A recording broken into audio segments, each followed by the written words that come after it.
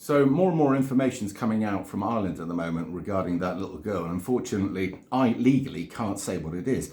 You'd have to make your own choices into this. But the reason they're not releasing the information at the moment is because they're rushing through hate laws. These hate laws will actually, and at the moment, the family have been told they can't actually approach the press or talk about it. Otherwise, they'll be hit with some of the worst and most stringent legal measures. So other people who are in contact with the little girl have give quite grim news.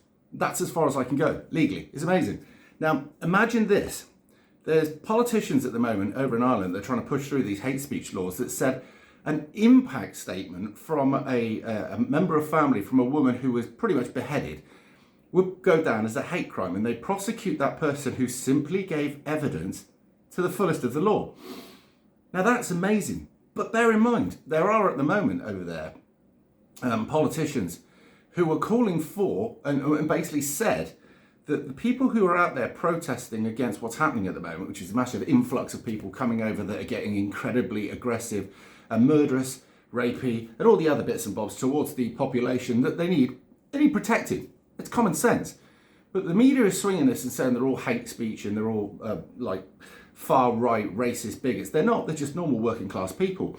But there was a politician come out, and I believe he's not from this country. He certainly doesn't look like he's from this country. He doesn't look indigenous, is what I'm saying. And he came out and said that if he had his way, that they would be beaten to death, these protesters, and shot. And yet, nothing is going to come back on that man, because he's on the other side of the fence. Now, these laws that they're going to bring about are going to be so ambiguous and so word-salady that what they'll actually do is prosecute the innocent whilst letting the guilty walk free. And this is what we've got at the moment over in Ireland, because Ireland's slightly more advanced than this. And I keep reporting on this because at the end of the day, the important thing to notice is what happens there will come here. Now, you're seeing this in different countries at the moment, but actively speaking, that the person in particular about this crime had been on the police radar for a long time. They'd gone to deport him, but he hadn't been deported because a certain politician had got in the way. That's why they were trying to keep that one quiet. But since then, he's obviously been in court for possession of knives. Now, this is not a lone case. Over in different countries like Germany and France at the moment, where things like this are going on, the people that have actually gone out and committed these hate crimes on white people are known, but they don't do anything about it. And you have to ask yourself, if you know that this person's been in prison previously, as it was with a person over in Europe, previously for trying to plan an explosion, right?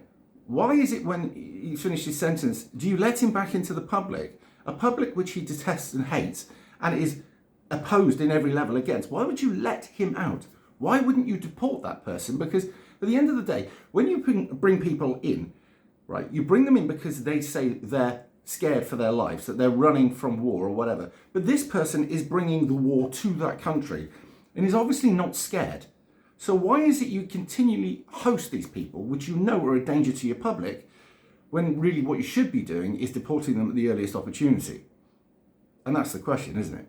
These people know, the people in power know what these people are, they know what they have in their hearts, they know what their MO is, they know exactly the direction these people are going to go in, and they're a ticking time bomb.